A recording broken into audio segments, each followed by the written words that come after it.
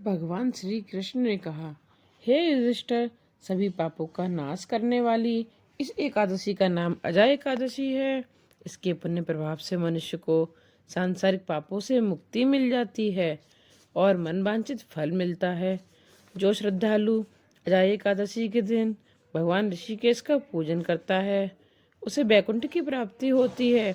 हे पांडव श्रेष्ठ, अब मैं अजय एकादशी की परम पुनीत कथा सुनाता हूँ, इसे ध्यान पूर्वक सुनो। भगवान श्री कृष्ण कहने लगे, हे नृपश्रेष्ठ, प्राचीन काल में सतयुग के सूर्यवंश में 31वीं पीढ़ी के अयोध्या नगरी में राजा हरिश्चंद्र राज्य करते थे।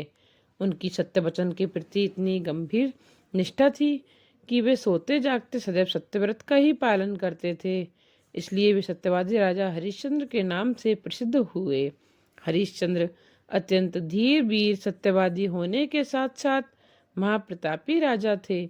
उनके राजमहल के द्वार पर एक श्यामपट लगा था, जिस पर मणियों से यह लेख लिखा हुआ था, इस द्वार पर मुंह मांगा दान दिया जाता है। इस बात की परीक्षा लेने हेतु एक दिन ऋषि विश्वामित्र जी ने लेख पढ़कर कहा, मणियों का यह लेख मिथ्या है। राजा हरिश्चंद्र ने कहा, परीक्षा करके देख लीजिए।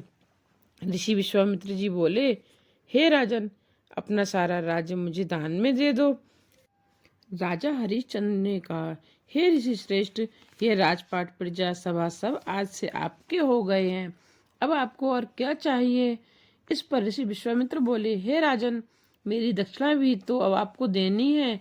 हे राजन, राहु केतु तथा शनि देवता की पीड़ा भोगनी सहज है। जीवन में 7.5 का कष्ट भोगना भी सरल है, परंतु मेरी परीक्षा में पास होना अत्यंत कठिन है। ऋषि विश्वामित्र ने कहा, हे राजन, आपको चांडाल के यहाँ मुर्दे जलाने पड़ेंगे। यदि आपको इन अत्याचारों का भय नहीं है तो यह सब मुझे दान में देकर मेरे साथ काशी चलो। राजा ने धर्म का सत्कार करके अपना सारा राजपाट ऋषि विश्वामित्र को दान कर दिया और दक्षिणा चुकाने के लिए अपनी पत्नी, पुत्र तथा स्वयं को दास के रूप में बेच दिया। राजा शमशान में चांडाल का दास बनकर अपने लिखे सत्य वचन का पालन करता रहा। वह मृतकों के वस्त्र एकत्रित करता, शमशान की चौकी करता, मगर किसी प्रकार भी सत्य से विचलित नहीं हुआ।